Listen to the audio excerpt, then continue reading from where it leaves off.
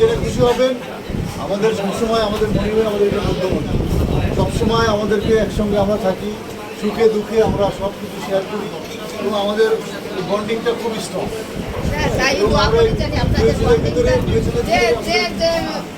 যা কিছু করুক না কেন, বন্ধুত্বের বন্ডিংটা যেন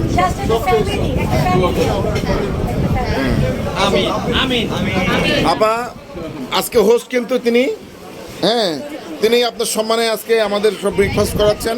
আর এটা আমার মানে ইমিডিয়েট বড় ভাই মেজর জাহিদ। আমরা 4 ভাই থাকি, উনি 3 নম্বর, আমি 6 নম্বর, উনি 5 নম্বর, আপন 3 ভাই। এরা 7 ভাই,